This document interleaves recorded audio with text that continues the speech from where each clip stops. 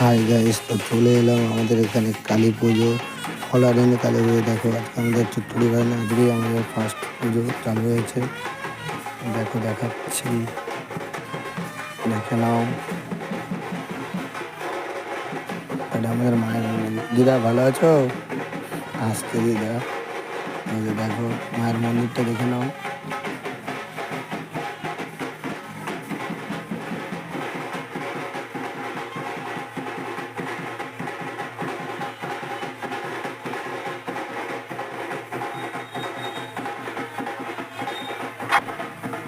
চলো আরেকবার ঠাকুরটাকে দেখে নিই। দেখেছো আমাদের ফলারিনী কালী পুজো।